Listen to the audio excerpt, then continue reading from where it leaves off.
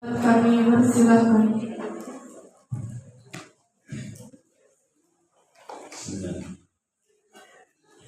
Assalamualaikum warahmatullahi wabarakatuh.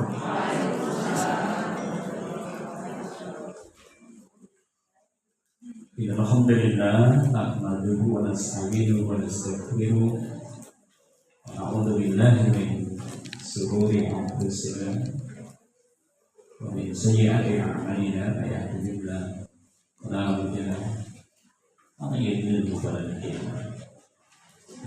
Asyhadu an la ilaha illallah wahdahu la syarika lahu wa asyhadu anna Muhammadan abduhu wa rasuluh.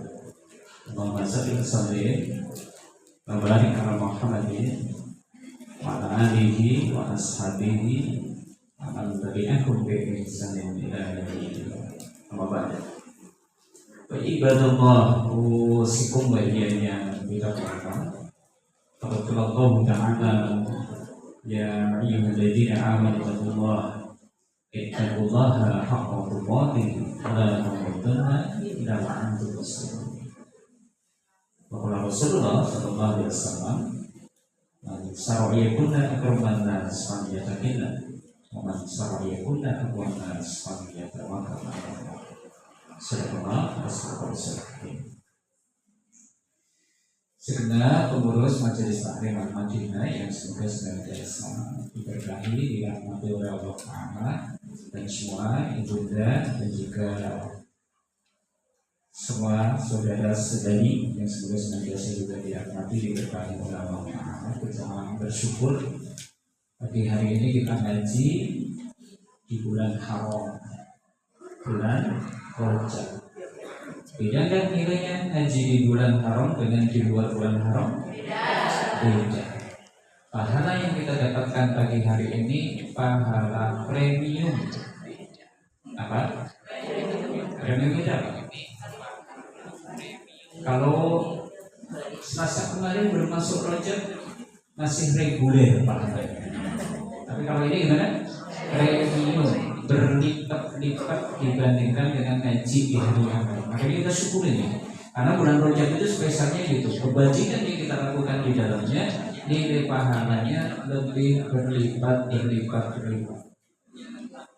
Tapi sebaliknya ya, hari ini kita berbuat dolim, hari ini kita berbuat dosa, hari ini kita berbuat maksiat, nilai dosanya pun premium. Dosa premium berarti gimana? Berlipat. Jadi gerendengi minggu lalu itu pahalanya dosanya reguler, tapi kalau gerendengi hari ini berlipat. Wani gerendengi berani, masih berani. Nah, makanya hari-hari ini kayaknya kita betul jaga lisan, jaga mata, jaga telinga, jaga tangan kita tuh, jaga hati kita, jaga perut kita, jangan kemasukan sesuatu yang diharamkan oleh Allah. Insya Allah bulan Rajab nanti akan menjadi penuh berkah bagi kita. Baik ya, Bunda, di pagi hari ini termasuk juga mungkin satu amalan yang mungkin kadang kita abaikan, yaitu kaitannya dengan hak bertetangga. Kita akan bahas tentang sebenarnya seperti apa sih kedudukan tetangga dalam Islam, gitu kan? Dan kemudian nanti hak-hak mereka itu seperti apa. Jangan-jangan kita nanti masuk neraka gara-gara tetangga. Bisa? Sebagaimana kita juga bisa mulia di hadapan Allah gara-gara kita berbuat baik kepada tetangga, kita juga bisa masuk neraka gara-gara tetangga. Kenapa? Nanti kita bahas. Baik, Bunda kaum muslimin asyhadullah, ini tema kaji kita di pagi hari ini. Sebelumnya salawat serta salam semoga senantiasa tercurah pada uswah kita, teladan kita Rasulullah Muhammad SAW beserta keluarganya, sahabatnya, dan juga orang-orang yang sikoh dalam jalur Islam dan mulia. Begini, hari-hari ini kayaknya kita itu tidak, atau kebanyakan kita tidak menyadari bahwa tetangga itu punya hak atas diri kita, sehingga kebanyakan cuek. Bahkan mungkin dengan tetangga sebelah saja tidak kenal. Ada. Neneng besok kayaknya ulang, tapi neneng rambutan ya begitu. Ya kalau di kota kayaknya sudah tidak. Gitu. Tapi kalau di kampung-kampung sih kadang sampai ujung kampung saja, itu kalau kayaknya pulau kan seperti itu ya, gitu kan. Tapi kalau di kota Mungkin pamungnya ada Grab, mungkin nanya-nanya ini yang namanya ini sama antar pakai kemana ya? Aduh, mohon maaf saya tidak tahu. Ternyata tetangga sebelah. Bukan itu apa betul? Pol. Bukan pol. Sehingga mungkin tidak sedikit di antara kita tidak peduli tuh dengan tetangga kita. Mau dibuat toko orang, mau dapur ngebul atau tidak, penjimin jomplang mau betul.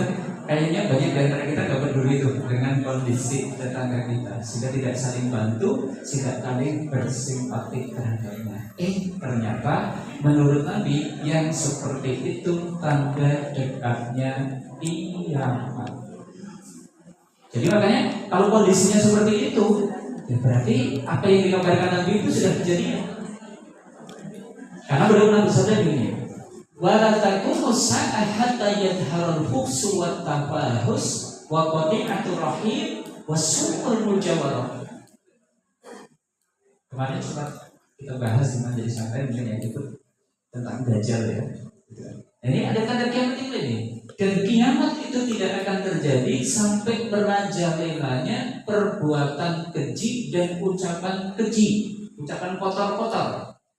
Wa qati'atur rahim, semakin merajalelanya pemutusan silaturahim, dan termasuk tanda dekatnya kiamat wasu'ul mujawarah, buruknya hubungan bertetangga. Itu ternyata tanda dekatnya kiamat. Jadi kalau hari ini kita mau bercermin, kayaknya kok yang dikabarkan oleh Nabi Shallallahu Alaihi Wasallam juga sudah kejadian kaitannya dengan buruknya hubungan bertetangga. Coba, kayaknya beberapa bulan ini sempat kita mendengar beberapa kabar tuh di Jakarta. Ada tetangga sudah meninggal sampai 3 bulan, sudah tinggal kerangka, tetangga sebelahnya gak ada yang tahu.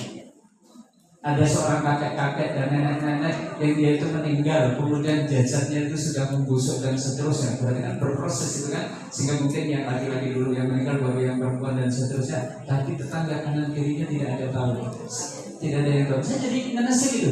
Jangan-jangan ini yang digambarkan oleh Nabi sudah menjadi. Di Banjar ada? Belum ada ya? Belum apa gak ada ya? Gak ada, semoga gak ada, semoga gak ada. Tapi mungkin kalau urusan cuek dengan tetangga, kayaknya sih sudah banyak gitu kan. Karena sudah pulau, yang mau mikir orang itu pusing, mau mikir tangga teman, kayak gitu kan? Halo? Iya be. Gitu, kebanyakan kita gitu, sudah pikirannya egois. Apalagi tetangga, kalau kadang saudara dekat aja kita itu sudah AB gitu kan, apalagi tetangga gitu kan. Nah dari sini, ibu-ibu kaum muslimin masyarakat, sekarang kita dudukkan dulu. Sebenarnya kedudukan tetangga dalam syariat itu kayak apa sih? Kita centang poin pertama dulu, kedudukan tetangga menurut syariat Islam.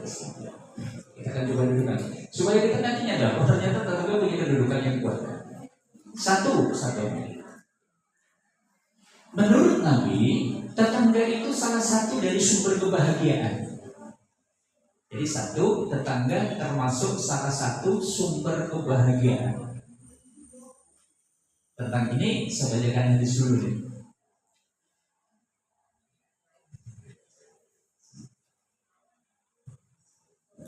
Ada proyektor ini, kita pasang proyektor dulu. Sudah mau cek.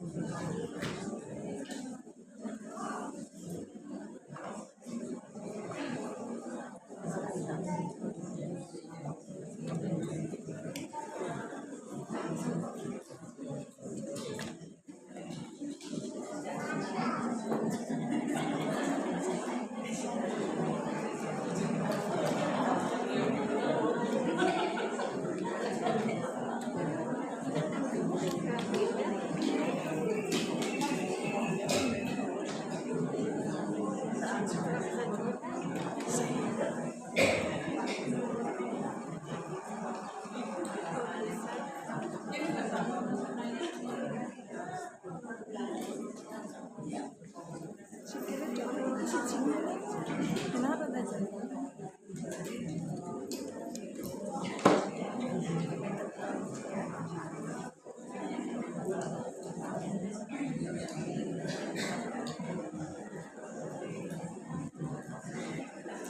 Oke, bisa terbaca? Bisa. Jadi kedudukan, kita kan sedang bicarakan ini dulu. Kedudukan tetangga dalam syariat. Saya tahu bahwa ternyata mereka itu punya kedudukan tinggi, nggak boleh kita sia-siakan. Satu ini, tetangga itu termasuk sumber kebahagiaan. Maka Nabi bersabda begini, min sa'adatil mar'i, termasuk di antara sumber kebahagiaan bagi seseorang itu adalah jarus soleh.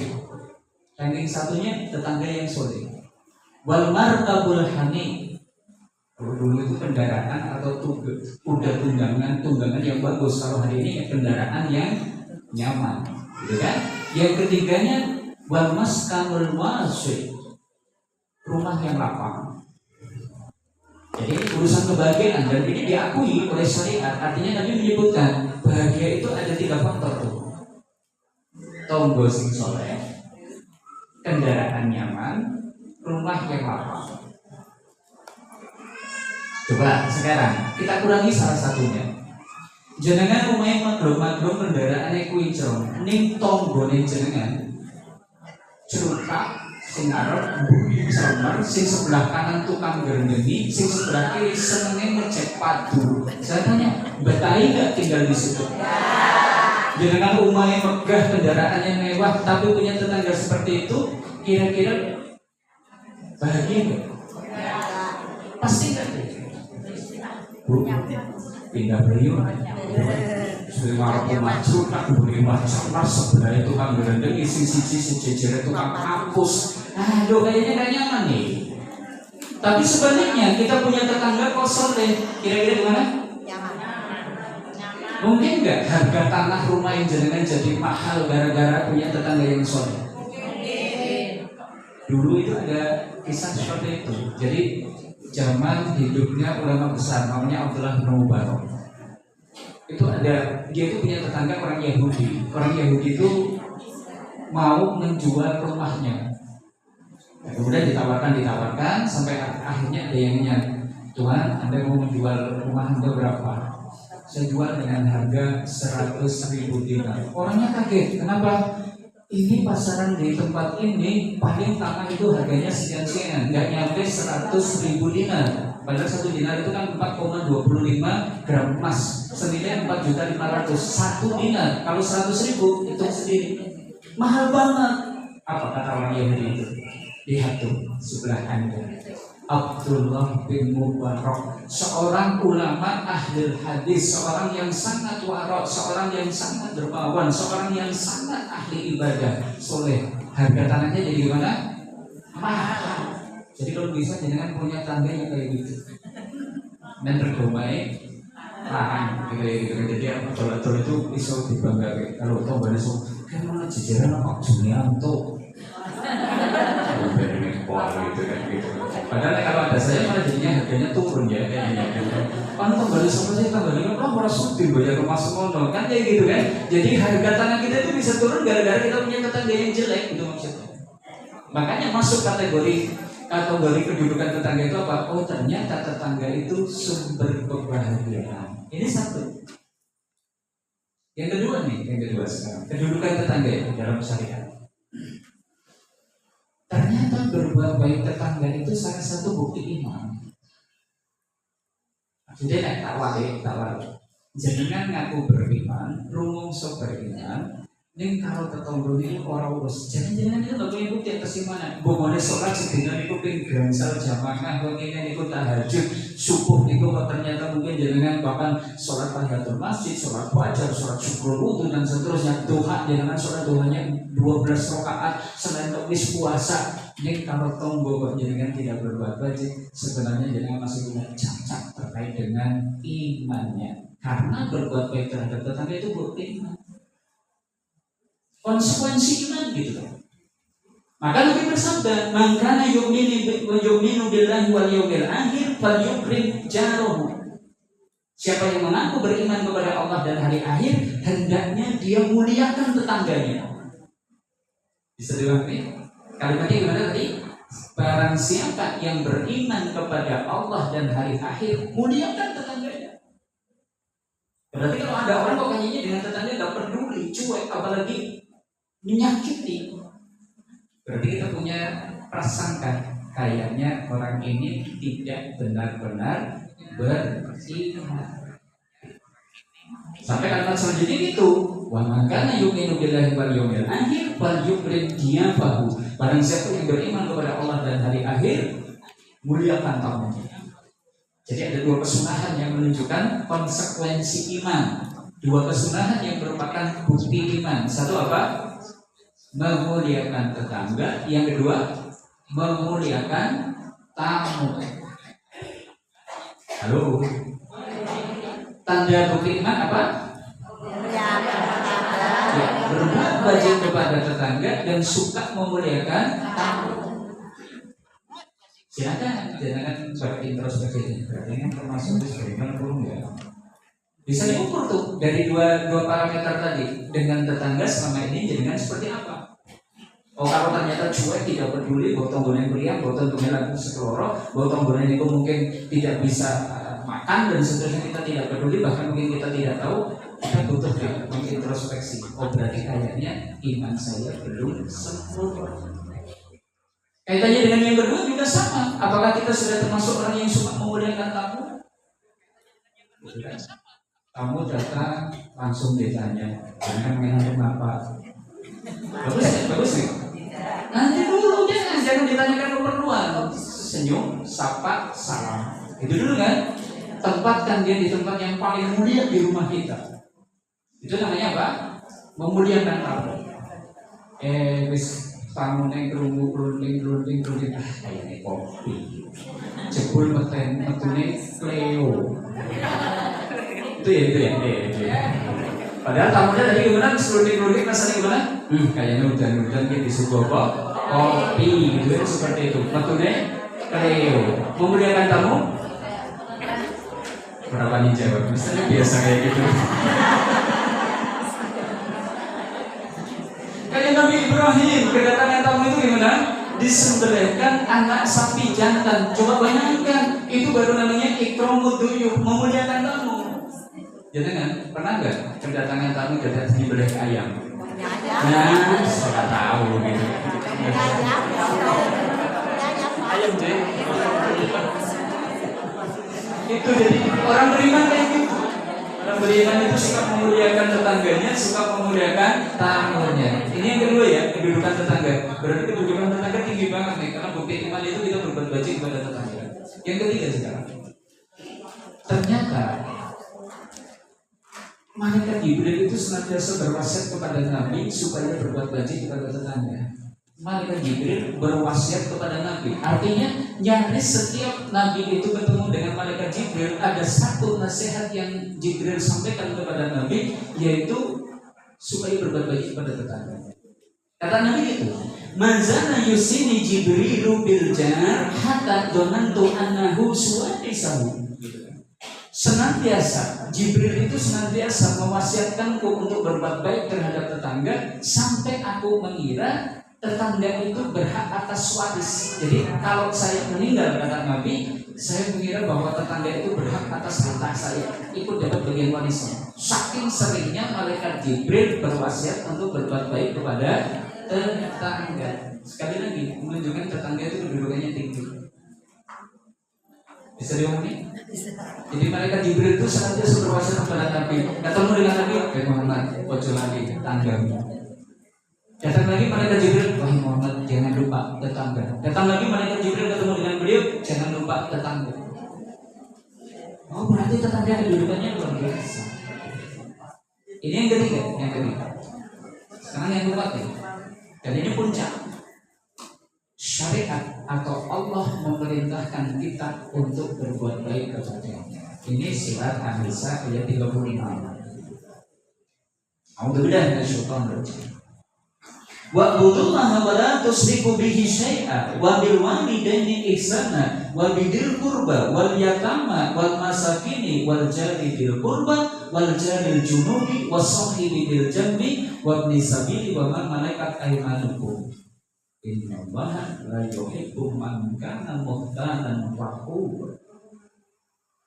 Ayat ini menyebutkan atau Allah itu memerintahkan kita untuk beribadah, berbuat bajik. Ranking satunya yaitu untuk beribadah kepada Allah dan tidak berbuat syirik. Ini perintah terbesarnya Allah. Gitu apa? Wa'budullaha wa la tusyriku bihi syai'a. Ini perintah terbesarnya Allah. Apa? Beribadah kepada Allah dengan tidak berbuat syirik. Ranking 2-nya wabil walidaini ihsana, kepada kedua orang tua hendaknya berbuat bajik sebajik-bajiknya. Birrul walidain pernah kita bahas beberapa bulan yang lalu. Ranking ketiganya wabidzil qurba, kita disuruh berbuat bajik kepada kerabat dekat, kakak, adik, ponakan-ponakan, paman, bibi. Ranking keempatnya wal yatama, kita disuruh berbuat bajik kepada anak yatim. Wal masakini, kita disuruh berbuat bajik kepada orang miskin. Ranking 5. Yang keenam yang saya kasih kotak dulu.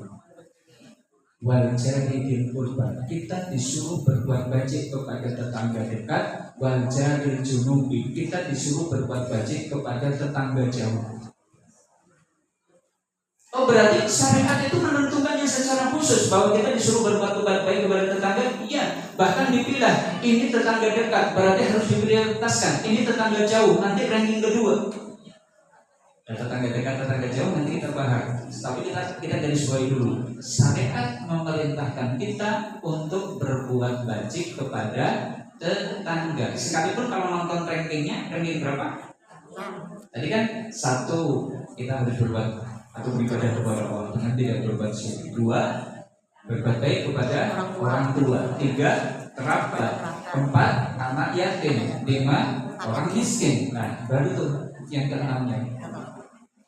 Tetangga dekat, tetangga jauh. Baru wasahibi bil janbi, kita itu disuruh berbuat bajik itu kepada teman sejawat, teman sekantor, gitu kan, teman dalam pekerjaan dan seterusnya. Wabni sabili, kemudian disuruh berbuat bajik kepada siapa? Ibnu sabil, teman seperjalanan. Wa mamalakat aymanukum, dan juga berbuat bajik kepada budak-budak yang berada dalam kekuasaan. Nah, itu runtutannya seperti itu. Salah satunya tadi ranking namanya siapa? Tetangga. Oke, sudah semuanya yang semoga dirahmati Allah. Inilah 4 bukti bahwa tetangga punya kedudukan spesial yang kita tidak boleh mengabaikannya. Berarti mengabaikannya bisa termasuk dosa? Bisa termasuk dosa? Bisa. Atau setidaknya menunjukkan lemahnya iman, tidak sempurnanya iman kita. Karena ternyata berbuat baik kepada tetangga itu adalah bukti kesempurnaan iman. Nah, sekarang kita coba bahas. Kasih jenenge tetangga niku sising pundi. Kita coba bahas kita di sini. Batasan tetangga. Tetangga sising. Halo. Orang yang rumahnya dekat dengan kita, di sekitar kita.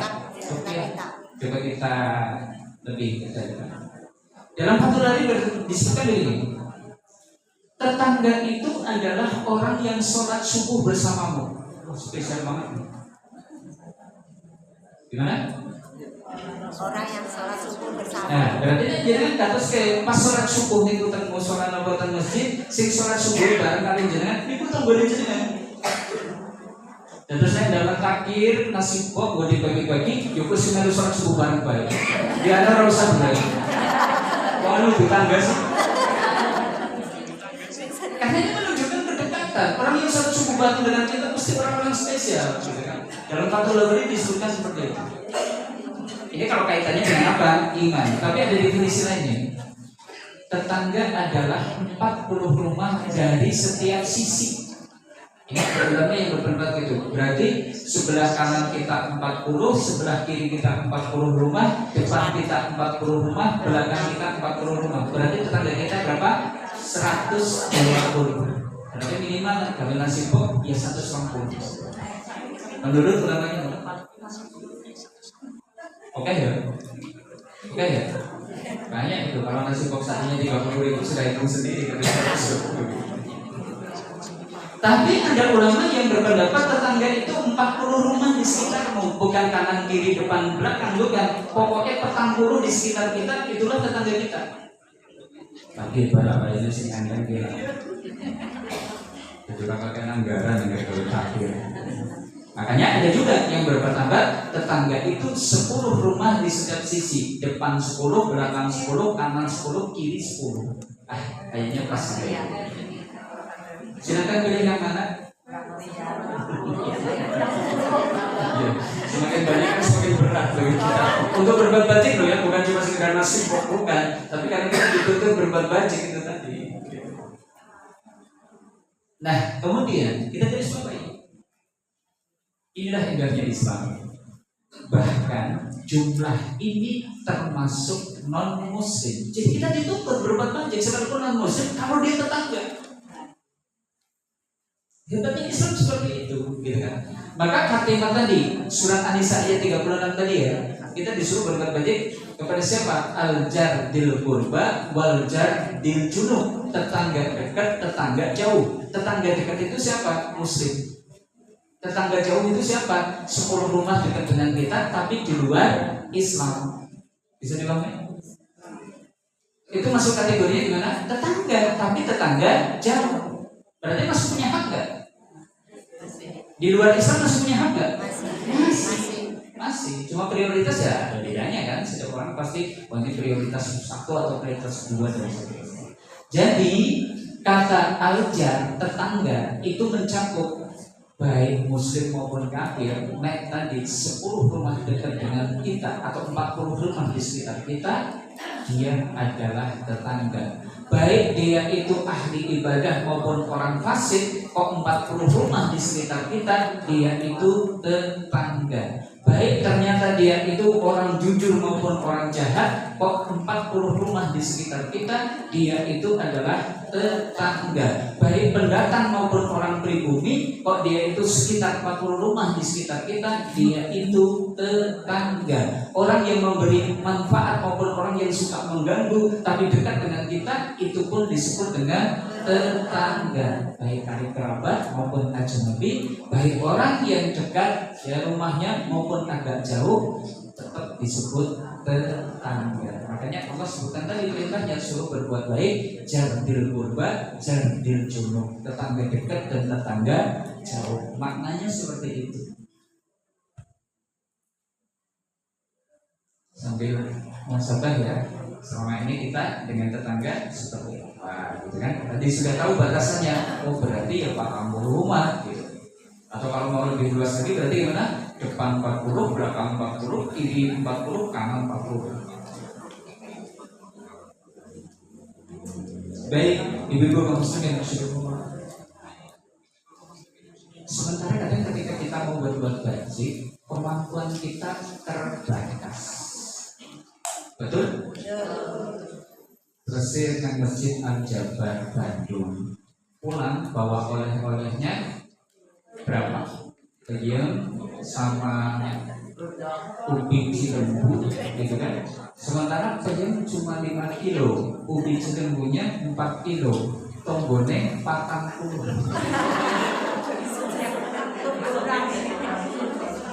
Oh, dari situ kita butuh paham. Ternyata tetangga itu ada rankingnya. Jadi kalau kita itu mau berbuat bajik, rankingnya dulu tuh. Kita ambil berarti ranking 1 dulu. Kalau ranking 1 kok kita masih bisa berbuat bajik, baru ranking 2.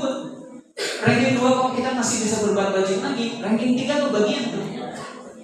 Nah sekarang ranking 1 tetangga kita tuh siapa? Kriterianya ini. Tetangga muslim yang memiliki hubungan kerabat, ia memiliki 3 hak. Hak tetangga, hak kerabat, hak sebagai saudara sama muslim. Berarti tetangga ranking 1 yang gimana? 1 gimana? 1 gimana? Tetangga. 2 cek dulur.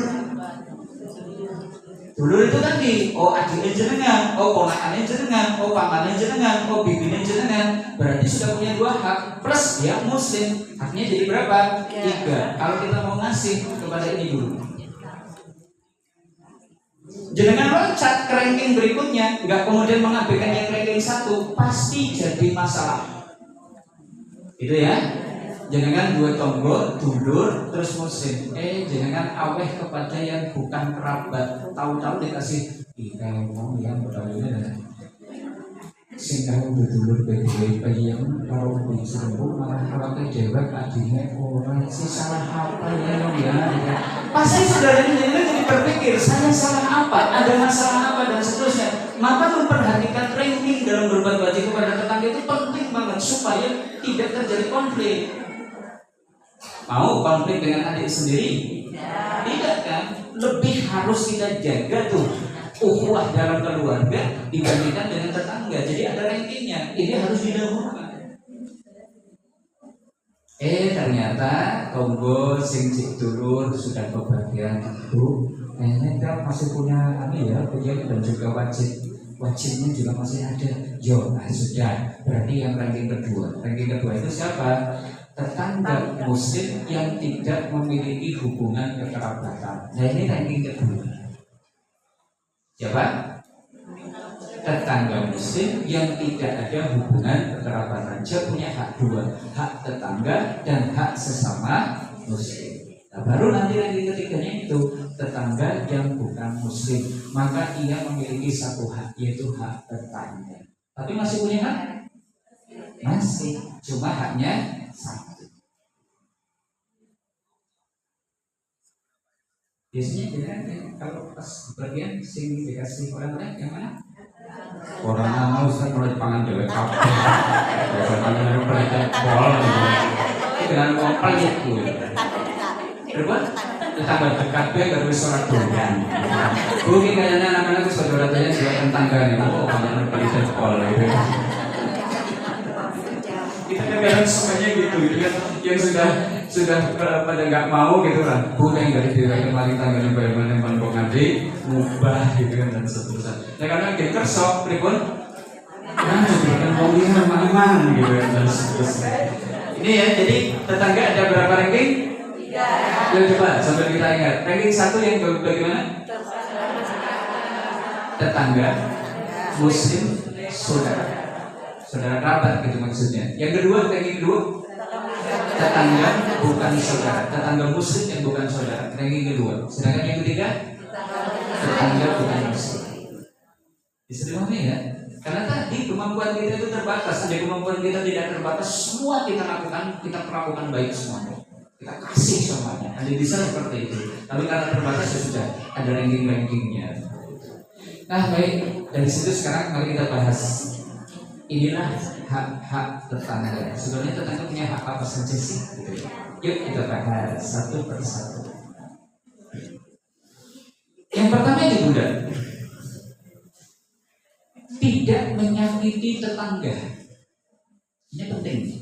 Jadi Anda tidak bisa berbuat bajik, setidaknya apa? Ya. Prinsip kita seperti itu. Anda tidak bisa berbuat bajik, setidaknya kita jadi orang yang tidak suka menyakiti tetangga.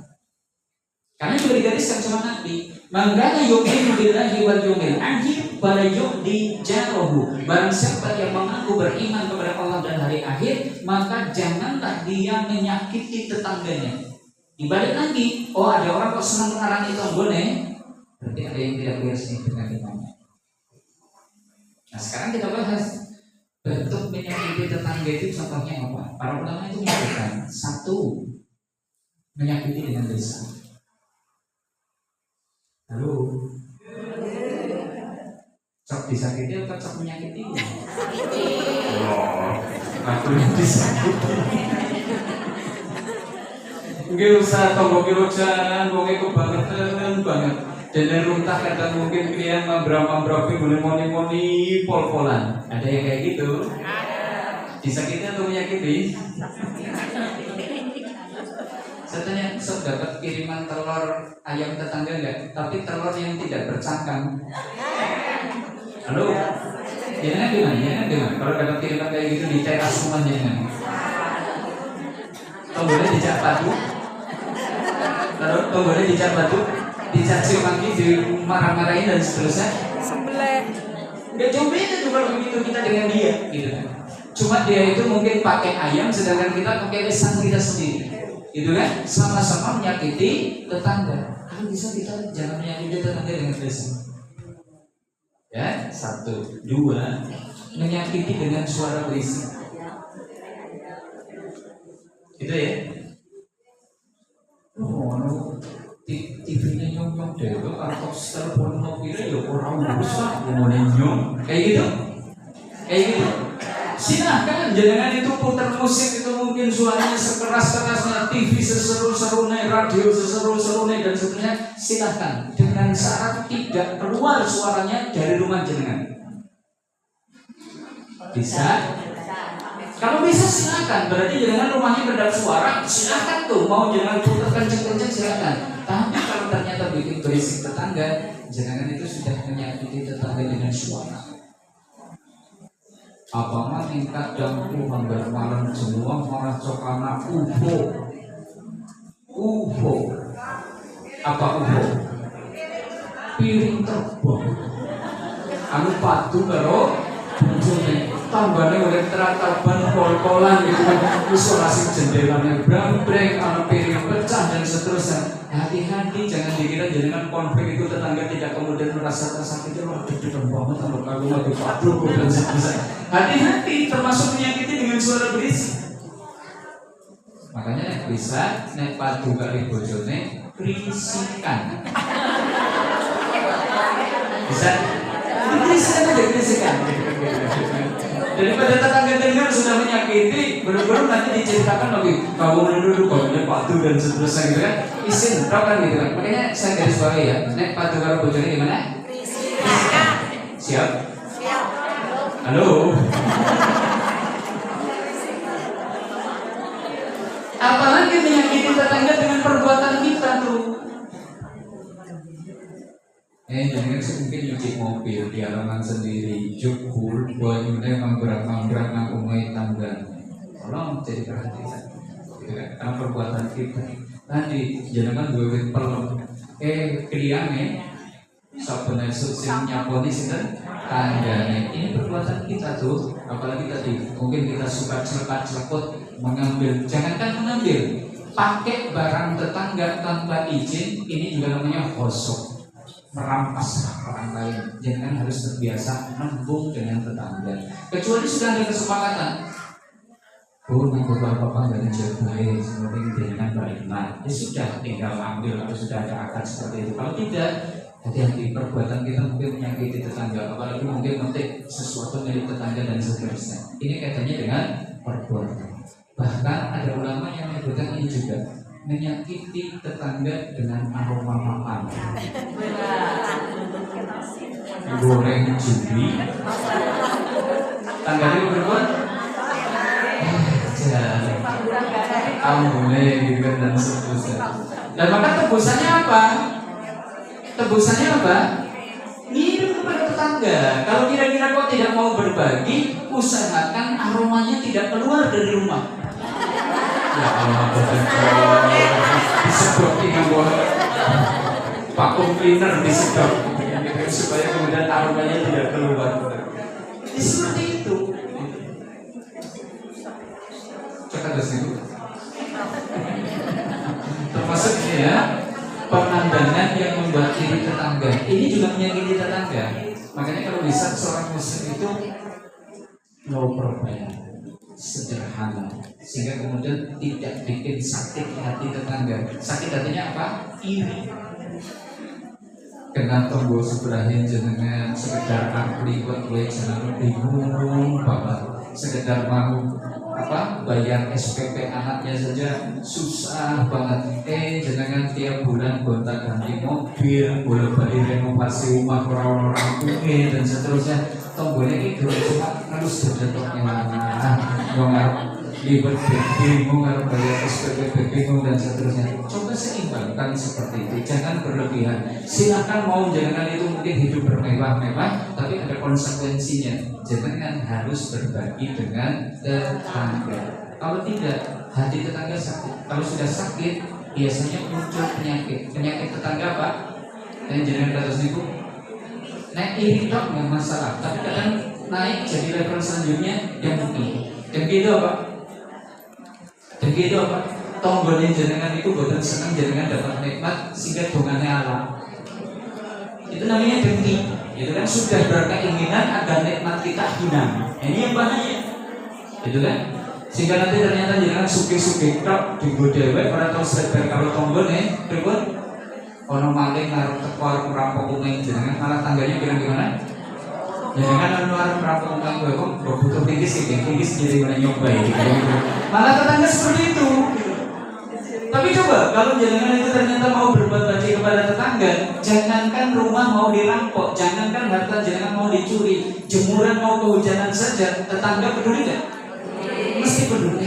Ayo mari Pak Meli, lagi gosong kayaknya ada jemuran yang mungkin kehujanan buk virge. Sampai segitunya yang namanya tetangga itu. Makanya tadi jaga hatinya, jangan sampai tersakiti. Dengan itu semua. Siap? Oke, ini yang pertama ya, bentuk atau hak tetangga yang pertama ini, ya, tidak menyakiti. Yang kedua, kita disuruh berbuat baik kepada tetangga. Sehingga Nabi SAW itu bersabda, khairul ashabi indallahi khairukum li sahibihi. Sebaik-baik sahabat di sisi Allah adalah yang paling baik terhadap sahabatnya. Wa khairul jirani indallahi khairukum li jarihi. Sebaik-baik tetangga di sisi Allah adalah orang yang baik, paling baik terhadap tetangganya. Jadi nanti parameter kemuliaan seseorang di hadapan Allah itu macam-macam. Kalau terkait dengan sahabat yang terbaik itu yang seperti apa? Yang paling baik terhadap sahabatnya. Tetangga yang paling baik di sisi Allah itu yang seperti apa? Yang paling baik terhadap tetangganya. Nah, sekarang coba kita bahas nih. Berbuat baik kepada tetangga itu bentuknya apa saja? Itu kan bentuk berbuat baik kepada tetangga. Oke, kita bahas. Satu ini. Memberi sebab-sebab hidayah. Paling penting. Apa yang pertama? Ini berbuat baik nih kepada tetangga. Tetangga kita kok kayaknya belum bisa sholat, kita ajari sholat. Tetangga kita kok ternyata belum bisa baca Quran, kita ajari dia baca Quran. Tetangga kita kayaknya kok belum peduli dengan akhirat, kita ngendong ke rumahnya. Ngendong ya. Tidak kemudian duduk-duduk kemudian datang di depan rumah. Innalhamdulillah. Ya bukan berarti kemudian dakwah itu harus seperti itu. Gitu. Maka malah tangganya jangan kaget ke saya di umat apa kata-kata innalhamdulillah. Gitu kan. Ya sudah jangan datang bawa mungkin biskuit 1 kaleng sama kemudian mungkin buahnya itu 2 kilo.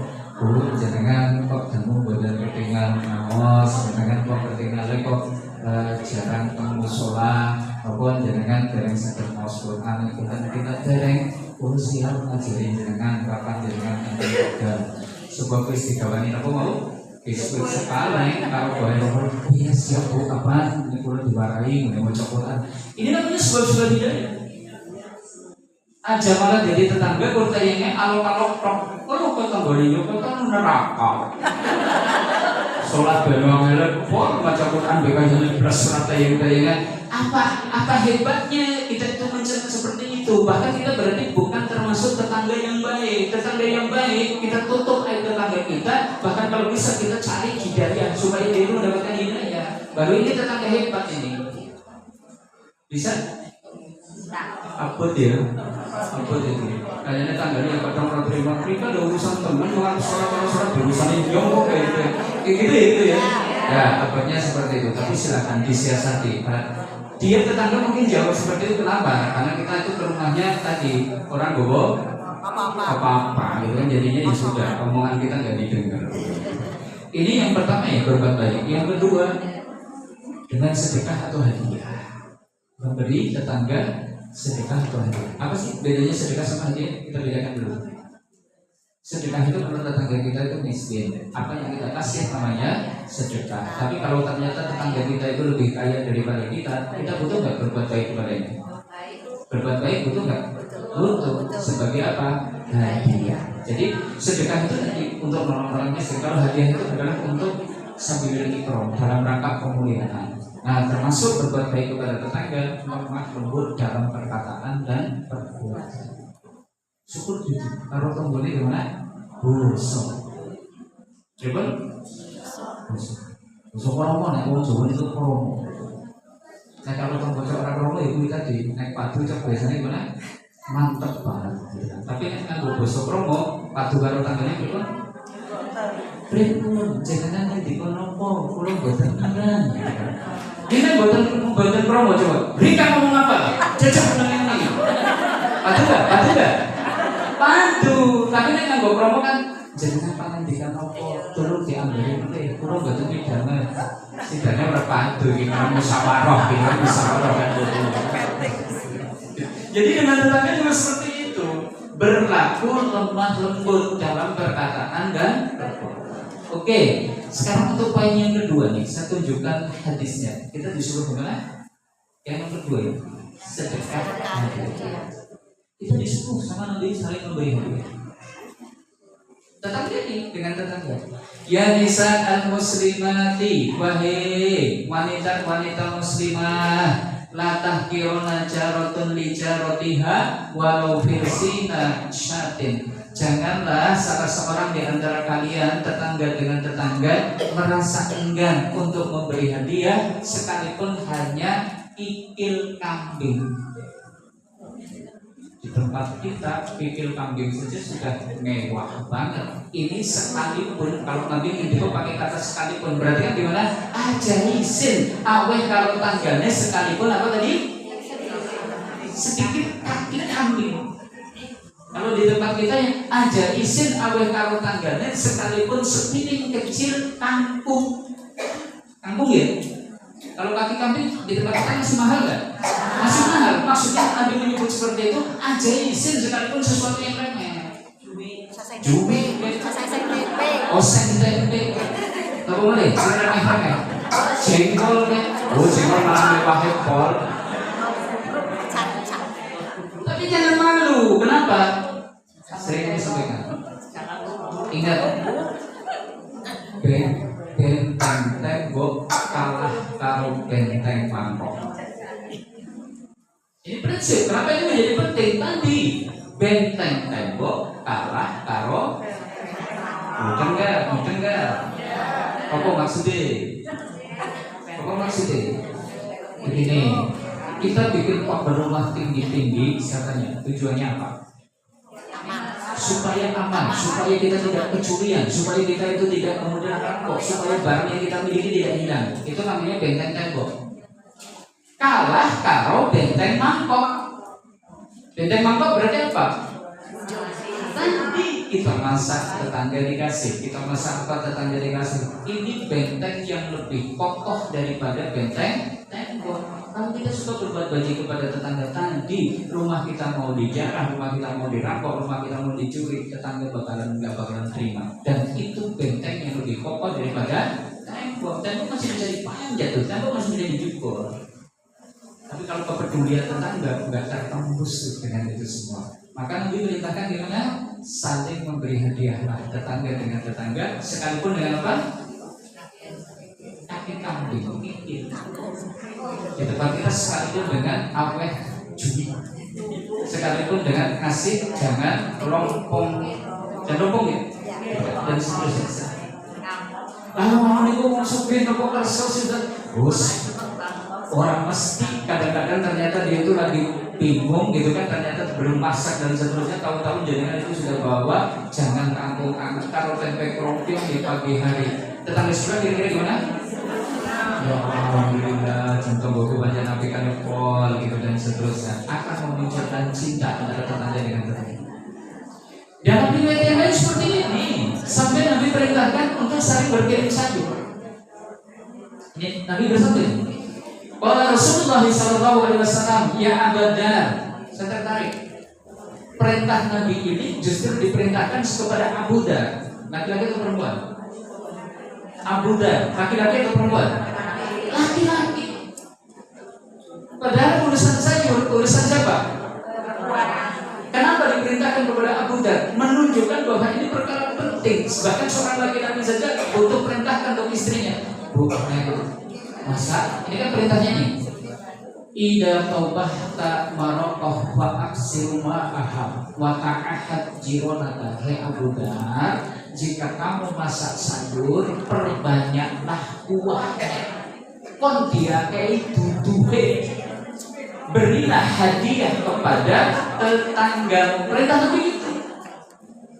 Alhamdulillah, kalau biasanya kita kesini usaha, pokoknya kalau ini boleh, tuduhan itu jadi kalau boleh akah usaha.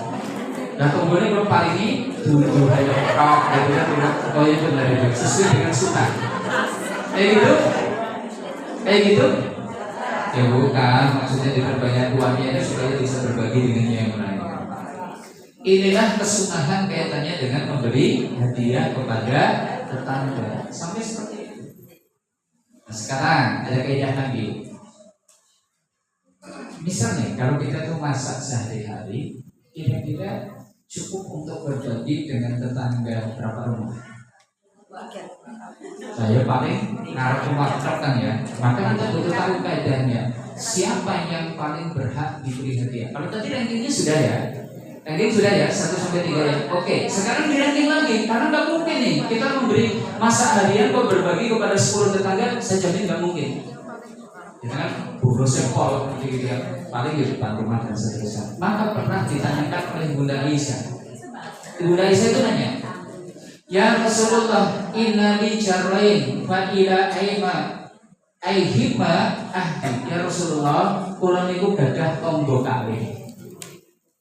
Berarti yang terdekat dari kita kan paling 2 rumah, depan, kanan, atau kiri. Kepada siapa kami itu harus memberikan hadiah? Kalau ternyata bisanya memberi hadiah kepada salah satunya, dijawab oleh Nabi, ila akrobihima min ibaban.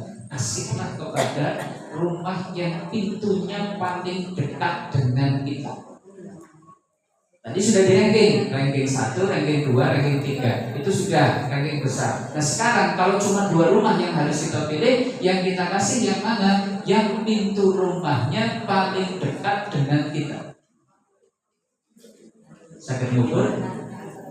Bisa ngukur? Oh berarti awet kampung ping dekat gawa meteran, mungkin 5 meter, 70 cm, sikil ternyata. Yuk jadi kan ngapain datang meter menyong gitu kan sudah orang pakai kampung bukan benar. Ya nggak harus segitunya. Tapi kan terasa kan ya, bahwa kedekatan kita itu pasti yang paling dekat rumahnya dengan kita. Coba aja dengan tetangga yang paling dekat dengan itu siapa? Pasti yang paling dekat rumahnya dengan kita. Bisa merasakan? Coba aja.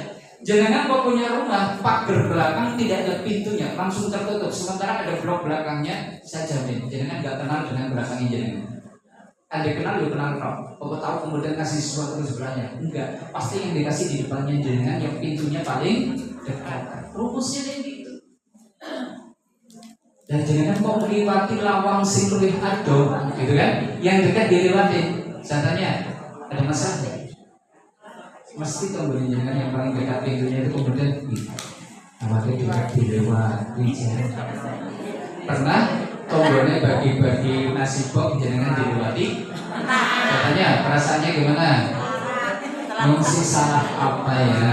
Ngisi dosa apa ya? Kan jadi seperti itu. Maka jaga hati tetangga, jangan sampai seperti itu. Kalau melewatin kan pasti tetangga tetangga ada yang tahu, tapi kalau yang paling dekat dengan rumah dengan kita yang kita kasih, tetangga yang jauh itu nggak bakalan tahu bahwa kita tuh ngasih sesuatu kepada tetangga yang sebenar.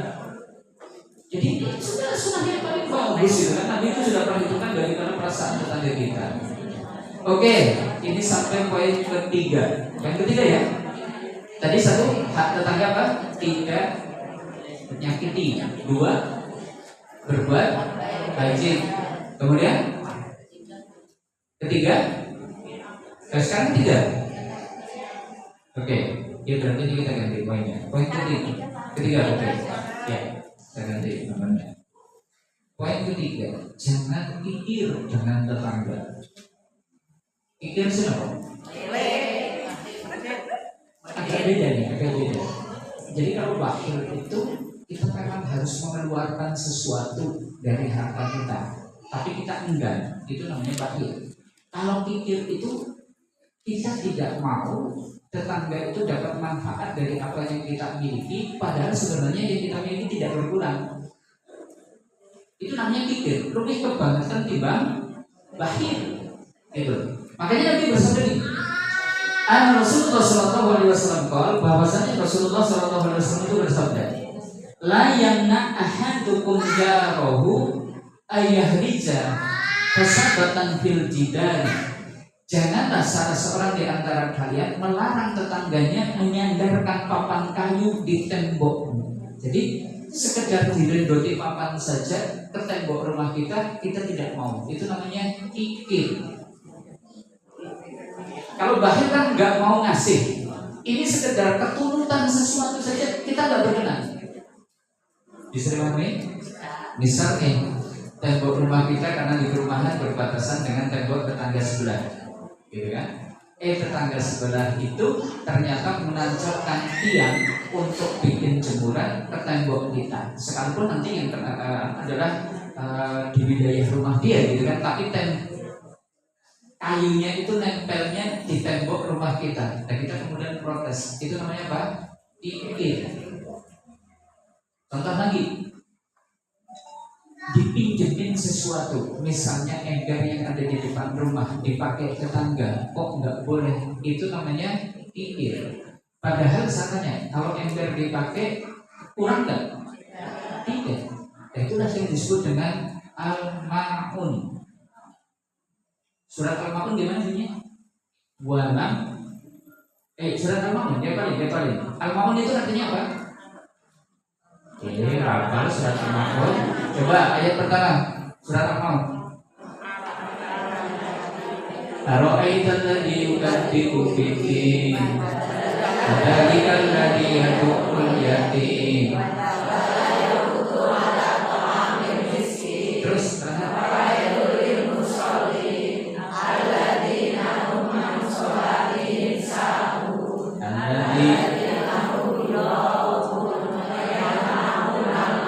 kalimat terakhir artinya apa? Tidak mau memberi pinjaman barang yang berguna. Barang berguna itu contoh tadi ember yang bisa kita pakai, mungkin pisau, mungkin cangkul, mungkin tangga dan seterusnya. Perabotan yang berguna, sekedar dipakai barangnya saja tidak boleh. Itu namanya kita wayang ma'unal pakai.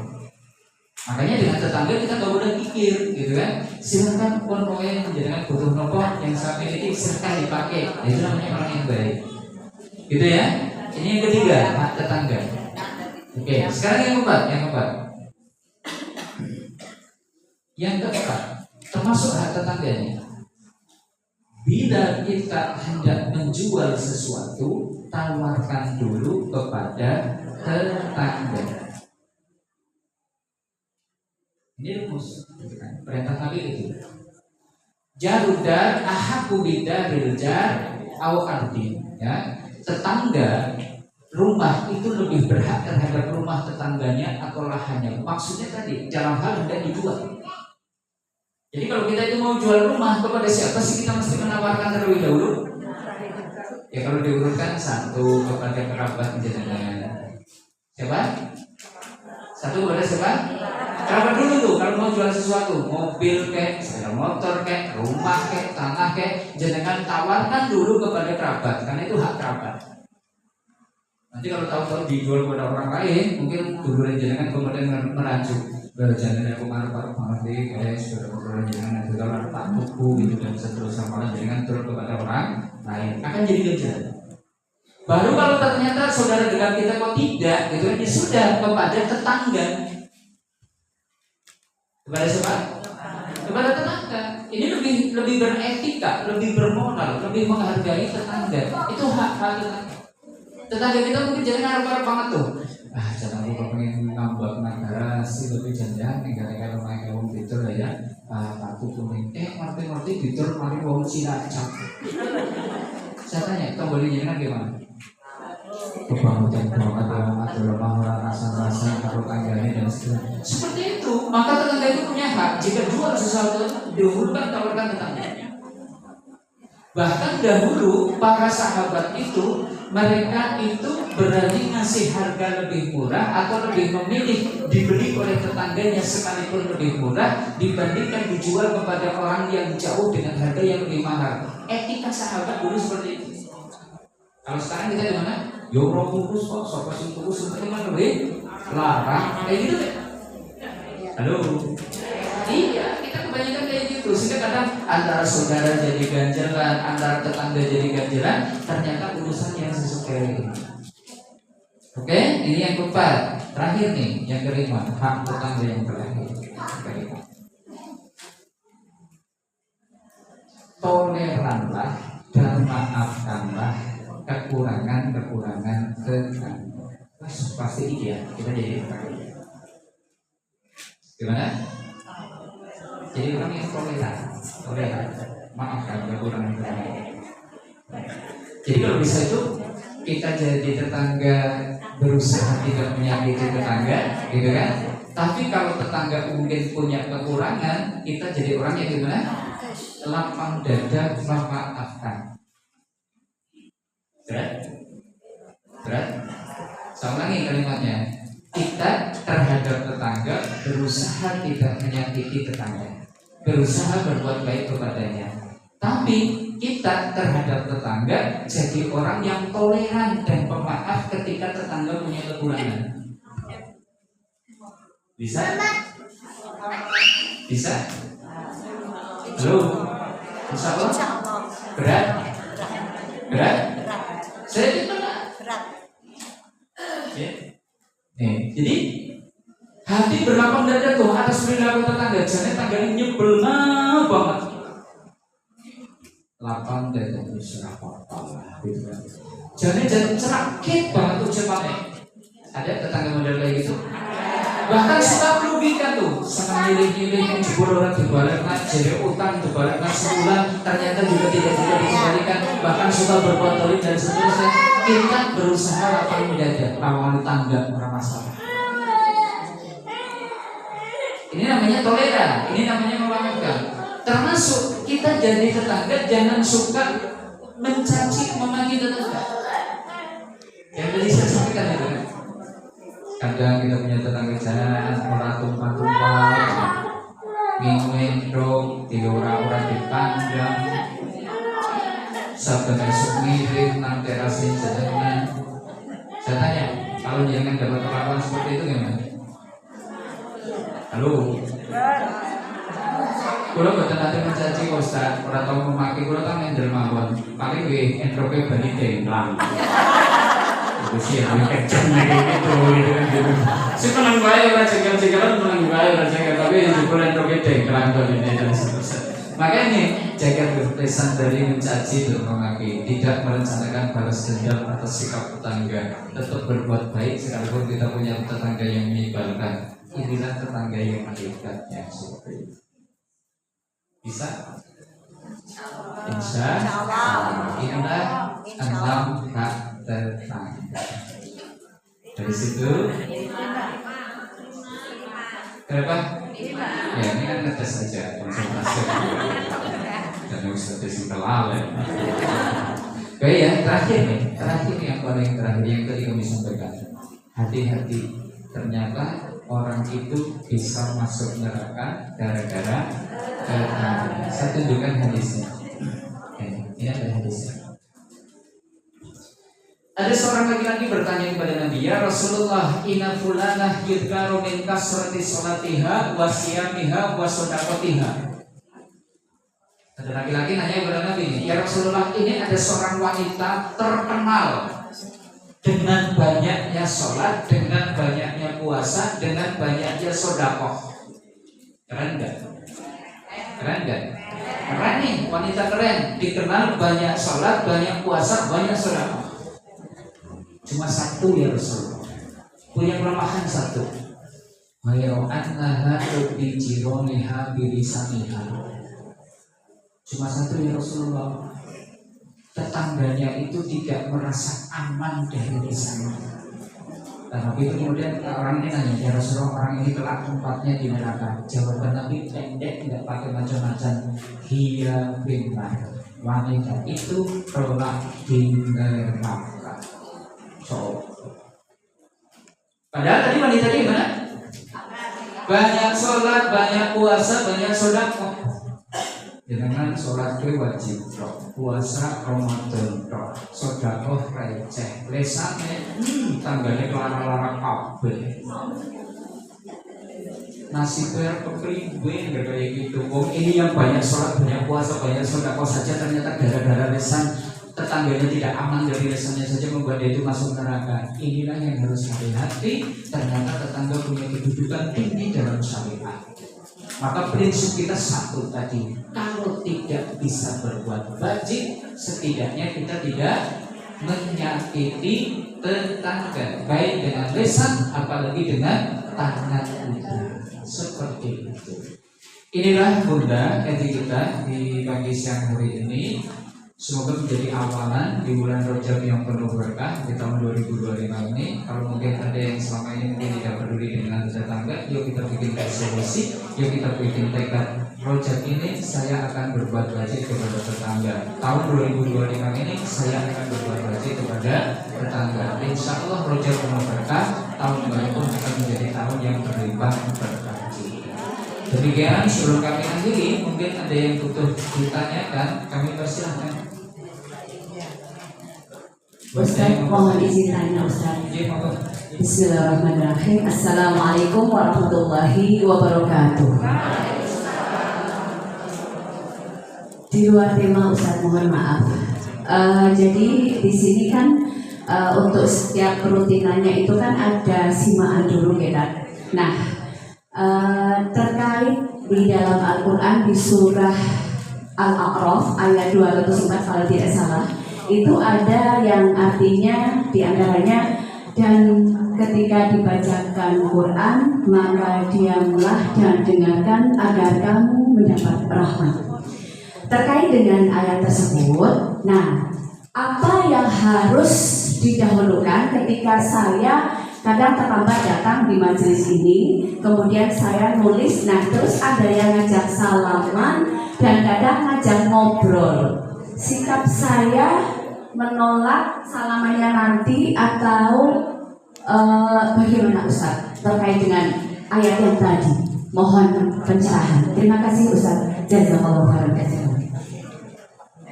Waalaikumsalam. Alhamdulillah wassalatu wassalamu ala Rasulillah la haula wala quwwata illa billah. Ya. Wa idza quri'al Qur'an, ketika dibacakan Quran, wa ansitu wasma'u, diam, dengerin, la'alakum turhamun, agar kamu dapat rahmat. Itu perintah. Nah, kaitannya dengan pengamanannya gimana nih tata caranya ketika kita itu masuk terlambat misalnya, pas lagi kajian atau lagi bacaan kesukaan, pas lagi semua. Kalau sekedar mungkin salam dengan yang terdekat dengan kita, silahkan, tidak masalah. Salam bersalaman dengan yang terdekat dengan kita sambil bisikan salam supaya tidak mengganggu yang lain, ini masih dianjurkan.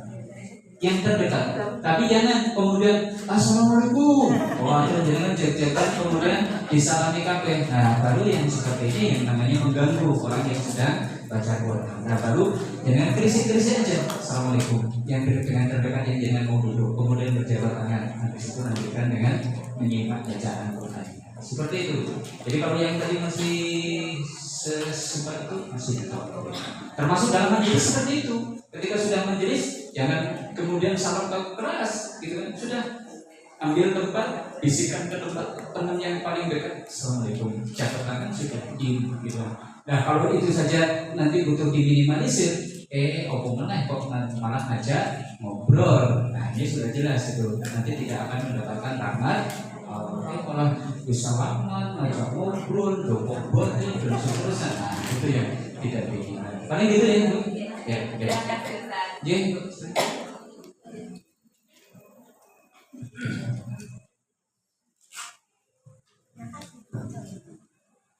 Assalamualaikum warahmatullahi wabarakatuh. Saya mau bertanya Pak Ustadz, ini yang di tema kajian tadi.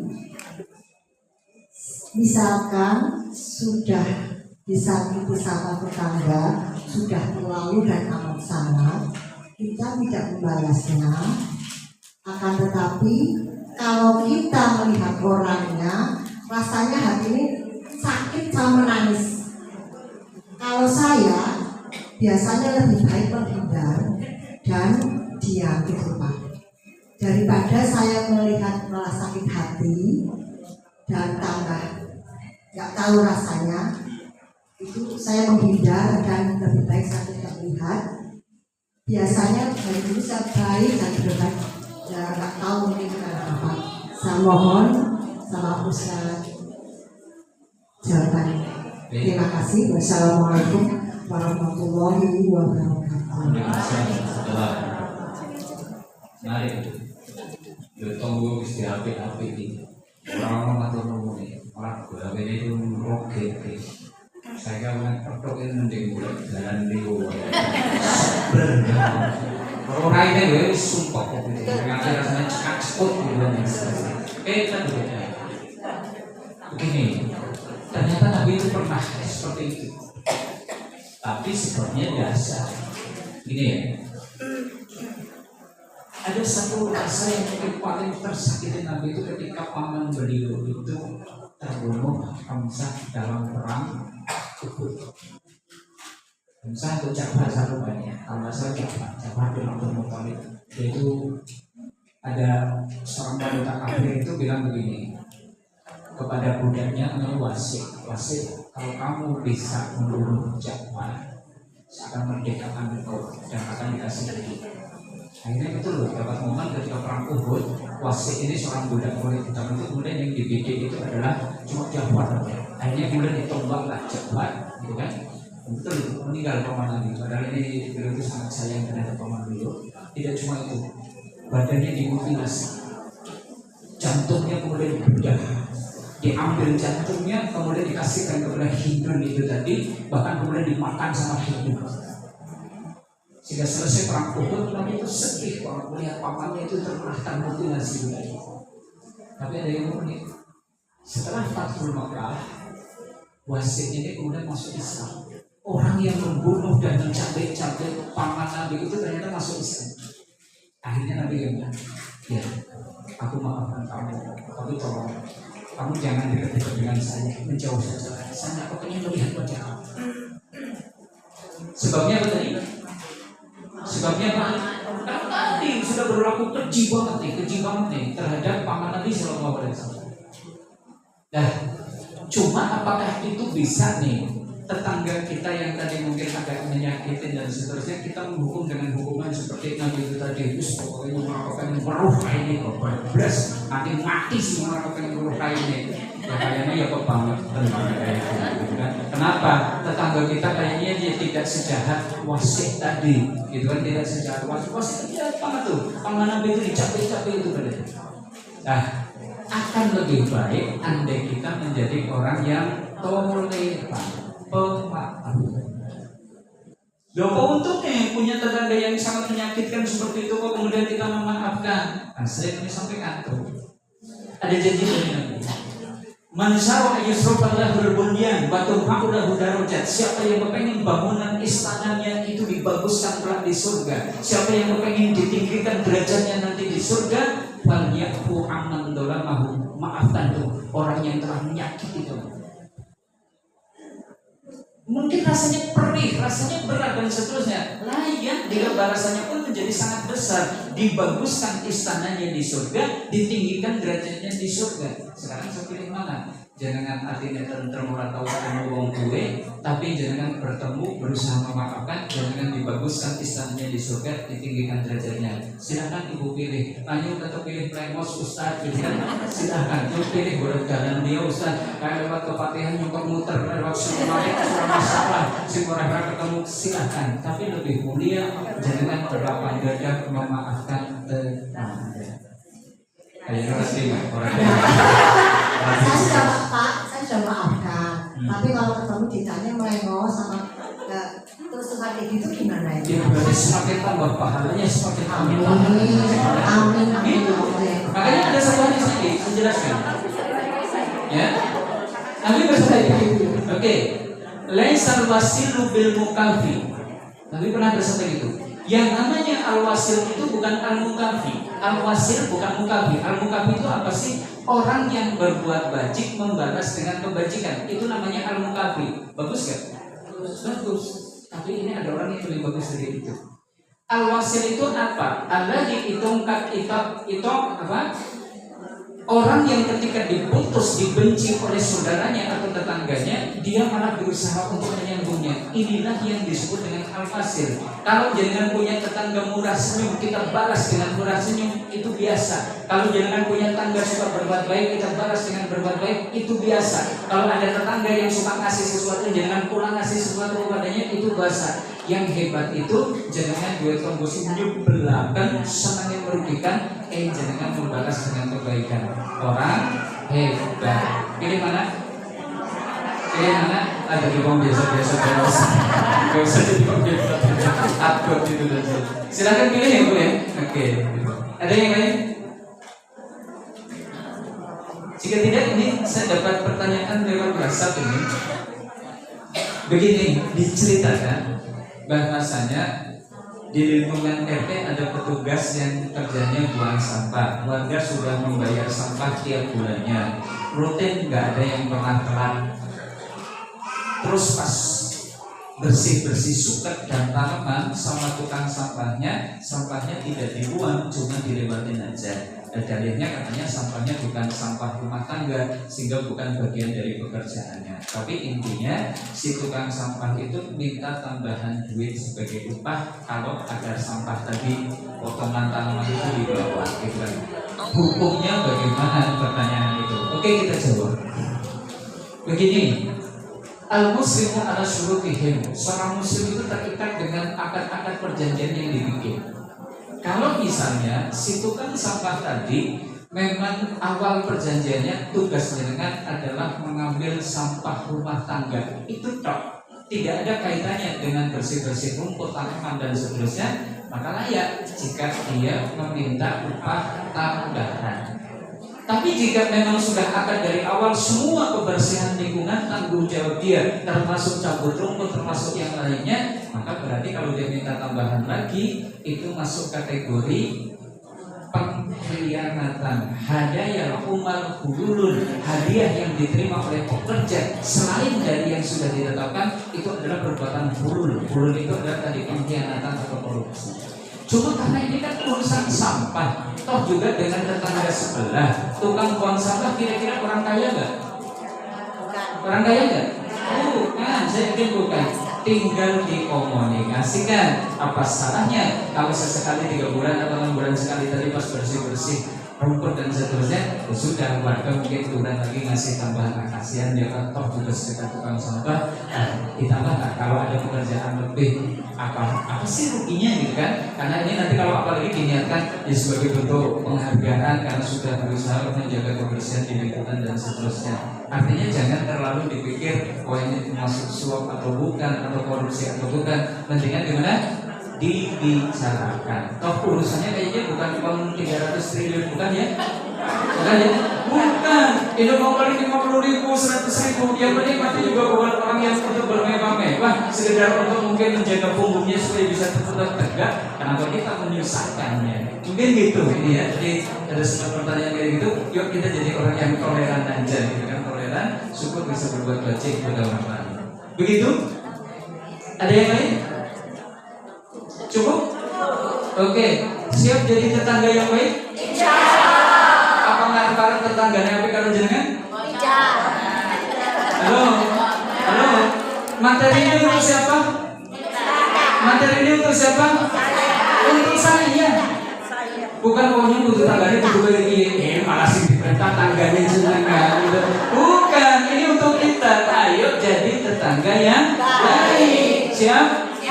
Oke, semoga Allah melimpahkan keberkahan kepada kita semua, keluarga kita semoga dijaga sama Allah, dan semoga kita bisa hidup bertetangga dengan harmonis, karena ini adalah sumber kebahagiaan dunia dan akhirat. Demikian, bila kita wal hidayah. Assalamualaikum warahmatullahi wabarakatuh.